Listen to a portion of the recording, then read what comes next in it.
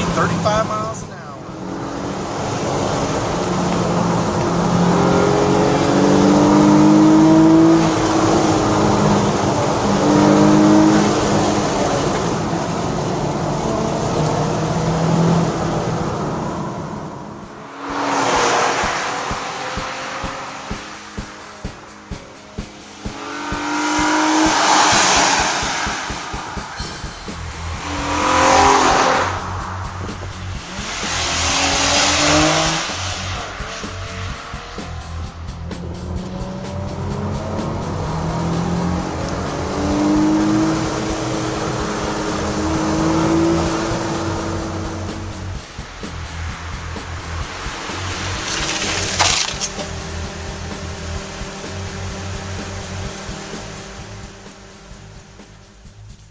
There are thousands of things out there that can cause death, pain, injury, suffering if they are misused.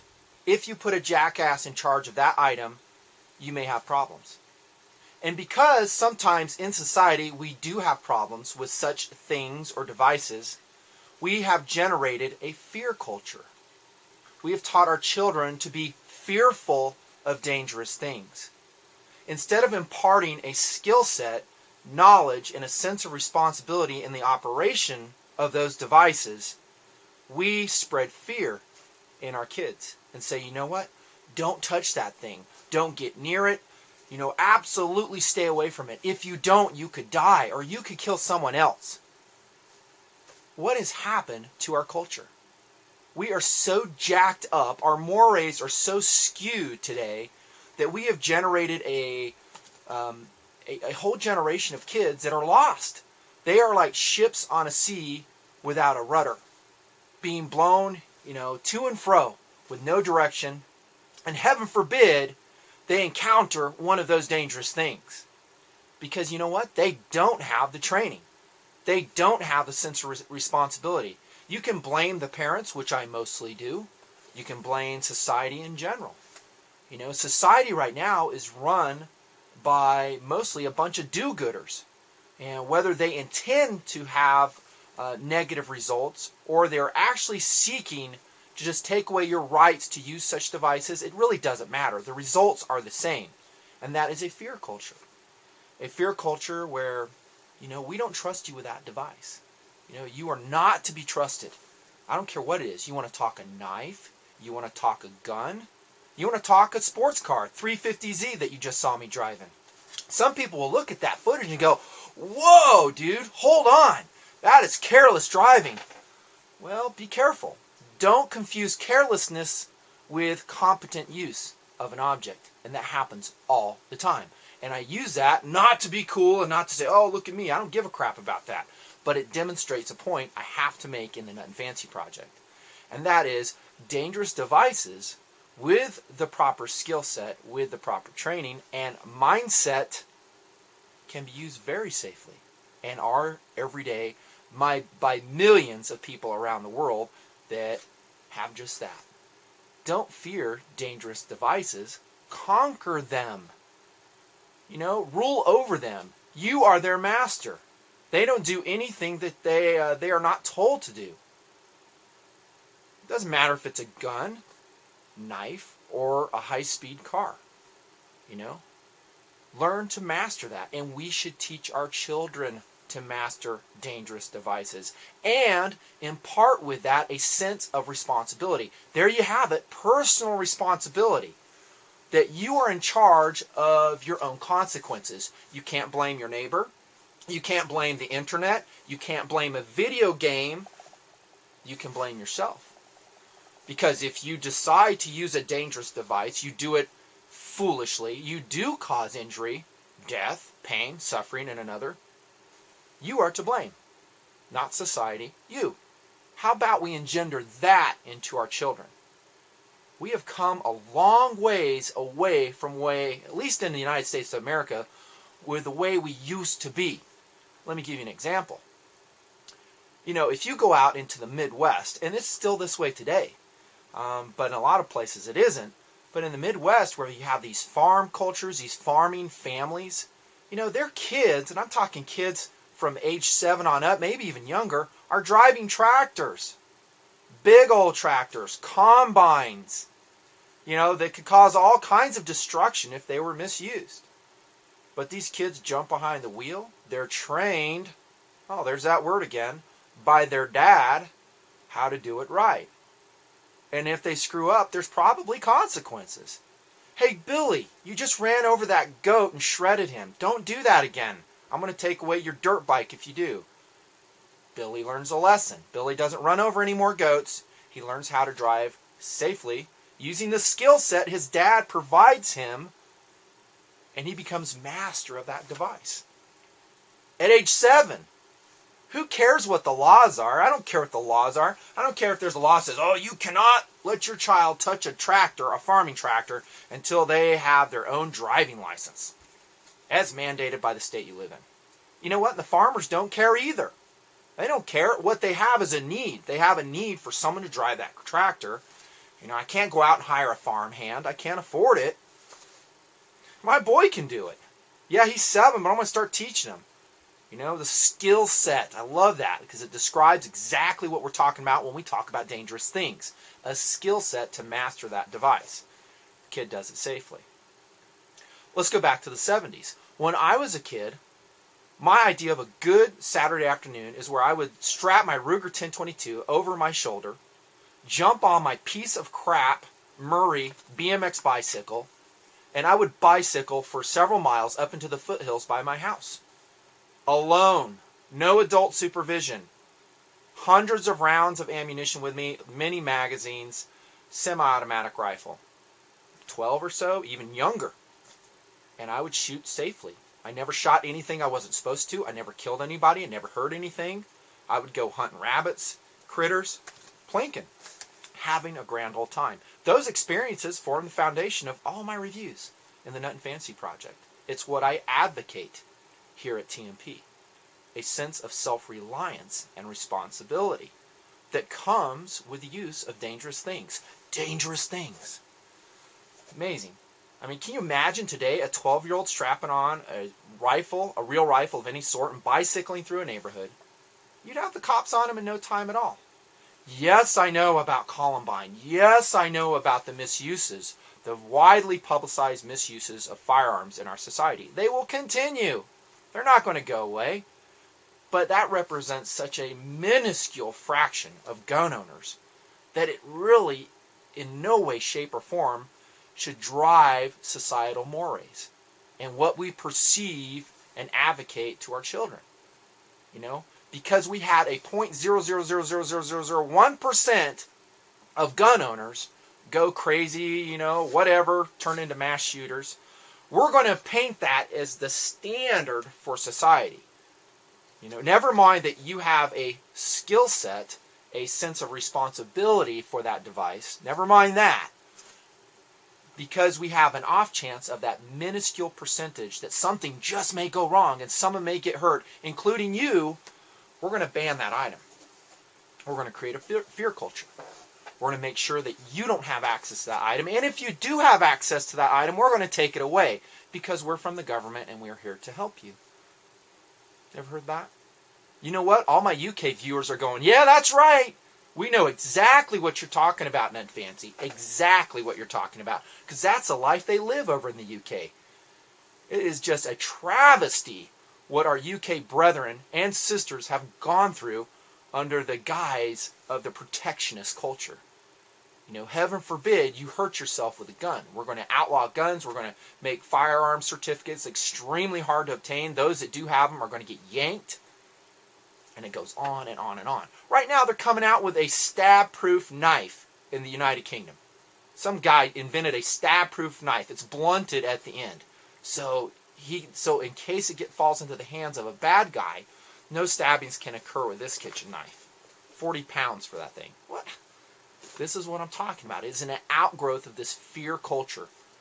And, inevitably people will roll in on this video and they're going to say, well, where do you draw the line? There's crazy people out there. They do crazy things with these devices. We have to have some sort of reasonable regulations to control these things. We just can't have everybody on the street with a semi-automatic firearm. Oh, really? Well, I'll tell you what. This is what Nutnfancy says. If I had to choose between the two, total ban, actually don't say total ban, let's just say banning of some items. I don't care if you're talking knives or guns, fast cars, doesn't matter. Dogs, how about pit bulls? That's a new thing too. Pit bulls, oh, dangerous dog, let's ban pit bulls. Again, total nonsense. Personal responsibility gets right down to the owner. Pit bulls are a great breed if they're trained properly. But back to the point, so if I had to choose between banning pit bulls or totally having no regulations controlling pit bulls, knives, guns, fast cars, I would opt for absolutely no regulations at all. Because then it becomes self-regulating. You don't need the government in charge of these things. It does not promote a safer culture. Is that your purpose? Is your purpose a safer culture to promote the greater good in society? Is that your purpose? If that's your purpose, then you also would advocate the complete abstinence of banning these items. It has been proven time and time again that banning, let's say, the gun, the evil gun, we ban the gun completely. Let's just say, right now, as of today, I'm filming this in July of 2009. As of today, all guns are outlawed. Gone. Do you think that that will foster greater public safety as a whole? Anybody who knows anything about the gun issue will answer no. It has been proven in countries like the United Kingdom, where gun violence has continually risen ever since they made guns harder to obtain in the hands of civilians. Pretty much, in my mind, they're banned. All banned. Yeah, there's some loopholes, and I don't even want to go into that, but they're pretty much banned. And yet, in the UK, gun violence is pervasive. It's getting worse. Knife violence in the UK, getting worse. In Japan, knife violence, where everything is pretty much banned, again, fostering that fear culture, promoting that fear culture, they're banned. Are they any safer in Japan? Well, there's a lot of people that will roll in with statistics and go, oh, yeah, look at this statistic. Japanese are much safer. They're much less likely to die from crimes. Don't believe the statistics you hear, dudes. When they quote gun statistics in the United States of America and how many youths under the age of 18 are killed with guns, most often they are rolling in the statistics for those bad guys killed by the police. One and the same. Whatever they can do to further their agenda of the protectionist culture, the do-gooders will do it. And some are well-intentioned, just like I said earlier. They're not out to injure you. Some of them aren't. Some are.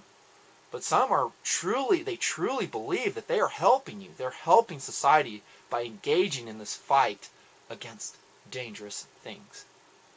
But the result is the same. It makes society less safe, more open to attack by the wolves of society. And the wolves are the evil people of society. They will never go away. They will always be there.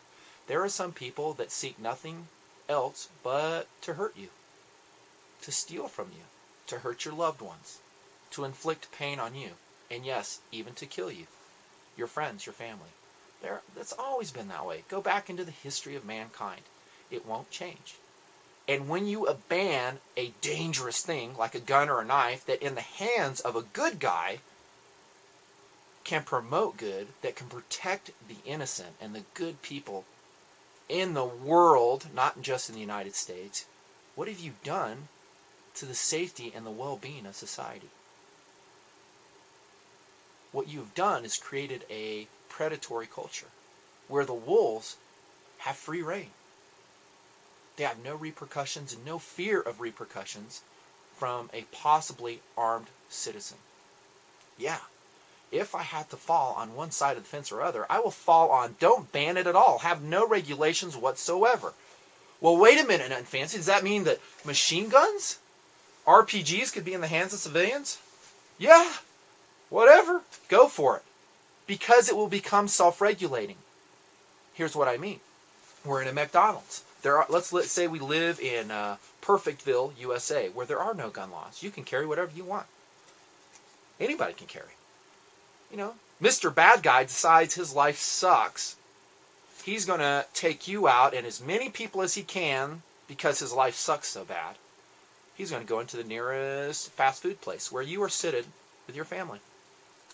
Goes in there, breaks out his semi-automatic firearm, let's say. Let's say it's a machine gun. He breaks out a machine gun. And he commences trying to engage in his evil plans, killing people.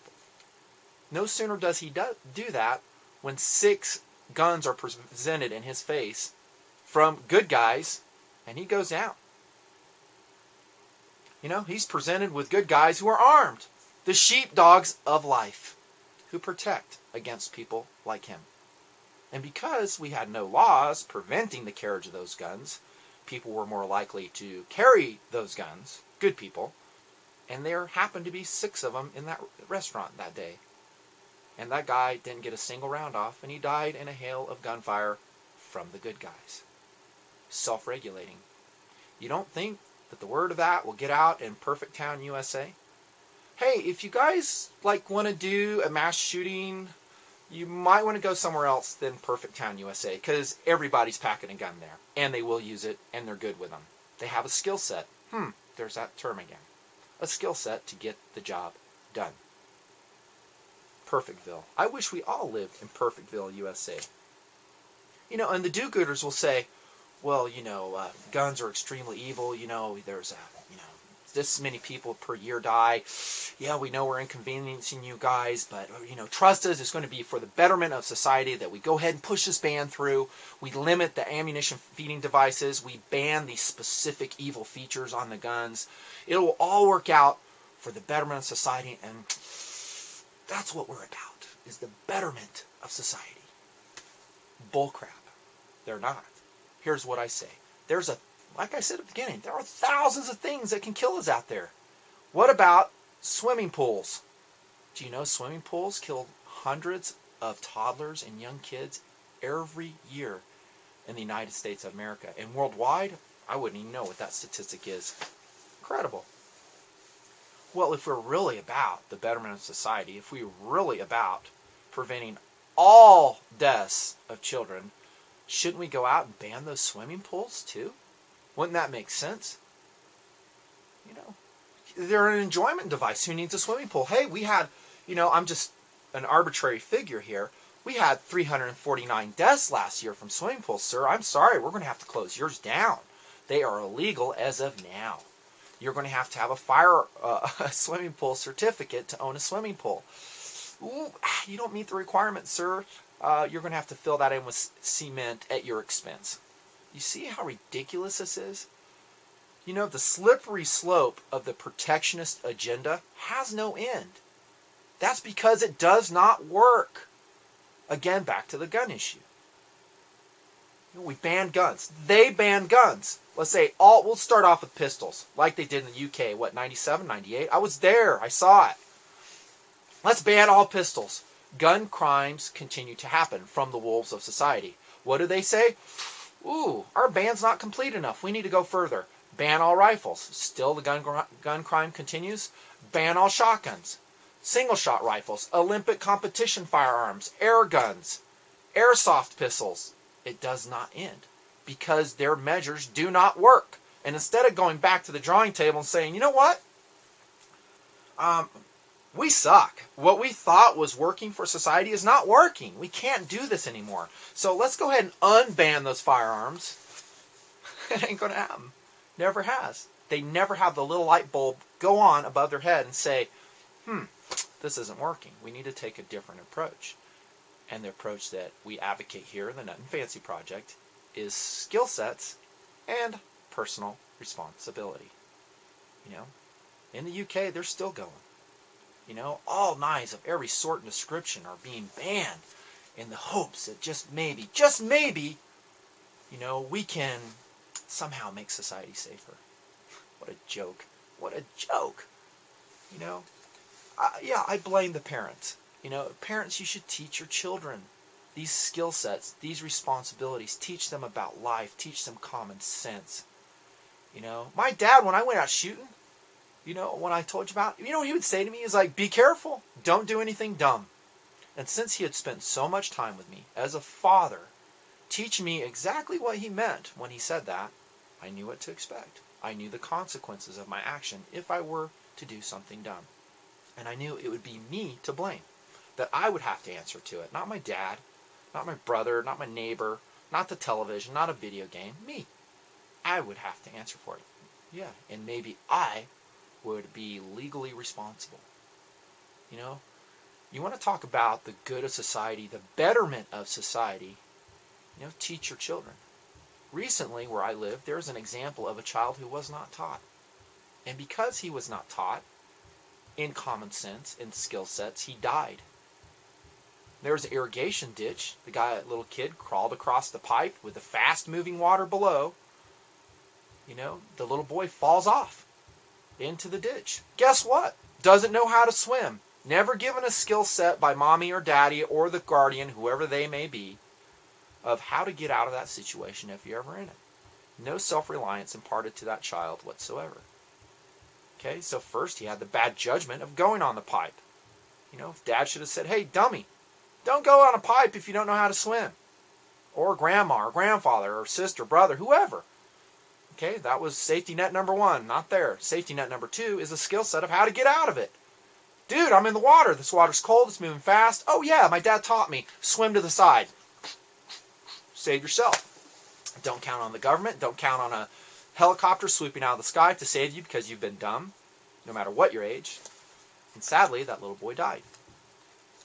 Did we make society safer with this whole protectionist agenda? No, it's jacked up. And what was the response when that little boy drowned? Back in the 1950s, the good old 1950s, when America kind of had common sense and personal responsibility reigned supreme in the 1950s, thank you very much, according to my understanding, they would have said, hey, parents, what is up with you? Teach your kid. Yeah, there's a pipe there, there's fast-moving water. Duh, teach your kid. And they probably would have gone to the parents or the guardian. They didn't do that. Instead, they go, whoa, what is this pipe doing unfenced? We have to erect immediately a barbed wire fence on every pipe along that irrigation ditch so no child, no dog, no muskrat, no gerbil will ever fall in that water and no one will ever get hurt. And so we can all live happily in our pink and blue padded nursery holding hands and singing Kumbaya. Okay, do you see how ridiculous that is? There was no mention of the news stories I saw in that of saying, you know what? It sucks. It's very sad. But this is a result of a child not being taught to swim and to take care of himself and to be smart. Children are navigating blind on the oceans of life. There's a lot of people that are watching this that will watch it that don't have parents. Maybe mom and dad got divorced. Maybe I live with mom. Maybe I live with dad. Maybe my mom and dad suck. And that sucks. But guess what? It doesn't change the rules of life. You still can operate dangerous things safely with a skill set, with competency. You can do it. You teach yourself. Keep watching the Nutnfancy project. That's what this whole project is about. When I review an item, I show an item in use, we show it being used with a certain level of competency, of safety, of common sense. Dangerous things are good. They serve humanity. The United States military teaches young kids all the time how to operate dangerous things. You have a 19-year-old packing an M249 machine gun. Last time I checked, they do it safely. That's because the military has consequences. Hey, dummy, you do this, this happens. They drive that into basic training. I don't care what branch of service you're talking about. They're all good that way. They teach responsibility. They teach that with the troop, the buck stops with you. You don't blame anybody else. It's your fault. We taught you the skill set. You dicked up. You're to blame. The United States military and militaries around the world teach this, and it's a good thing. Yes, I know they have their own problems, but they get a lot of it right. Another good example, military style, is in the U.S. Army. Let me show you a quick story on how the protectionist culture in the U.S. Army kind of got out of hand. The Bradley fighting vehicle, IFV. It is designed to carry troops alongside the M1 Abrams tank. High-speed, turbine-powered vehicle, somewhat armored, has troops in it. It can go fast. 60 miles an hour? I'd have to look it up. Maybe I'll annotate it, maybe I won't. The Bradley IFV can rock and roll. It goes. It's designed to. It's designed to be the companion to the M1 Abrams, which also is a very fast main battle tank. Okay, these two things were designed to go into battle side by side, infantry support riding in the Bradley. The U.S. Army started experiencing a lot of rollovers in the Bradleys. Rollovers, full loads of troop, and people were getting killed and hurt. Maimed, injured. And what did the Army brass do initially? And like I said, the Army and all the other services have their problems. You have people who subscribe to the protectionist culture. Unfortunately, they're everywhere. And they go, whoa! Just like protectionists, do-gooders always do. Whoa! What are we doing here? We need to put an arbitrary speed limit on that Bradley and teach our boys never to go over it. I think they slapped like a 40-mile-an-hour limitation on it to immediately initiated it into training. And some of the details may vary in this, but I guarantee I'm getting the crux of the story right. So the Bradley guys, these young kids, a lot of them 18, 19 years old, driving this multi-million dollar, well, not multi-million, but very expensive armored vehicle, had this stupid speed limit. And it sucked. And fortunately, there was a captain, or major, forget which, in the Army, who was part of this, and he came up with the idea, is like, you know what? This is not the right way to address this. This is stupid. We are going to kill our boys in combat with this stupid 40-mile-an-hour speed limitation. It's ridiculous. He's like, when the boys start getting shot at, when they have heavy gunfire aimed at them, RPGs being fired, you don't think they're going to stomp on the accelerator of that Bradley to get the heck out of there? And now we put them in a realm where they are completely unprepared because they've never trained to drive the Bradley over 40 miles an hour. And fortunately, the Army brass listened to this guy, and they go, you know what, you're right, and we're going to change that. So what they did is they removed the speed limit, and they trained the boys how to drive the Bradley safely at speed. No speed limit. You determine the speed, dude. You're the driver. You're in charge of these guys in the back. Their lives are in your hands. Don't do anything dumb. Read the terrain. And they spent a lot of time instructing these drivers how to read the terrain, maximizing the vehicle's potential according to the terrain. And they did just that. The rollovers dropped dramatically. I mean, they cut it like 90% with no speed limits, just training. And more importantly, they sent these boys into combat fully prepared as drivers and as caretakers of their buddies' lives in the back in wartime. Thank you, U.S. Army. That was a call you got right. And it fostered safety and, a culture that genuinely protects its people. There has been fostered, at least in the United States of America and all over the world, a trust in legislation. That legislation can somehow lead to a safer culture. That our pink and blue padded nursery, the safety of that can be fostered by legislation. That is not the case. Again, if we banned all guns today, only the wolves would have guns. I know that sounds trite, but it's so true, and it's being borne out time and time again overseas in lots of different cultures. Legislation is not the answer. What it does is it makes felons out of good people who should have these dangerous things at their disposal to protect society, to protect their family, to protect their belongings. There's absolutely nothing wrong with that. Instead, we should foster training and skill sets and a sense of personal responsibility where if we misuse this thing, it's your fault. You did it. You want to drive your car to the performance limits, drive your car to the performance limits. But you've got to answer for it if something goes wrong. If you decide to do it in a crowded area, downtown streets, kids, and you wreck and you hurt someone or kill someone, the buck stops with you. Your life is ruined and you made that choice. Personal responsibility, skill sets. That's what I advocate. That's what I attempt to teach as I do my gear reviews in the Nutnfancy project. Protect freedom. Protect the right for you to access dangerous things. There's nothing wrong with it. The NRA should be the first on your list of monthly bills.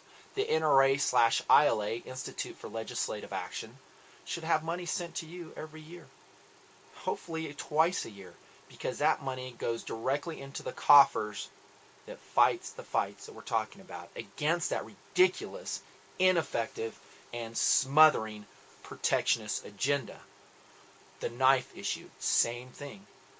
You know, that organization you see in annotation, you should be a member of that if you're a knife owner. If you think you will ever be a knife owner. Or if, just like every freedom lover, not every, many freedom lovers I have found throughout the world, they join the NRA, the Gun Owners of America, and they don't even have a gun. They don't intend on getting a gun. But they are lovers of freedom. They are lovers of your ability to go down and get that device, should you want it, should you need it. And you don't even have to need it. What if you just want it to have fun? That's your option. It's your option. Government has no right whatsoever to tell you to do that. So, dangerous devices? Yeah, they can be dangerous. In the hands of a jackass, they probably always will be dangerous. But it is such a minuscule percentage of all the millions upon millions of good people throughout the world that use those devices every day in complete and absolute safety, fostering the real, not imagined, not made up, but real safety of our society. This is Nutnfancy, and that's how I feel. Thanks so much for your support. Thanks for all you do for the project. You'll see a lot more vids coming your way about, yes, dangerous things. See ya.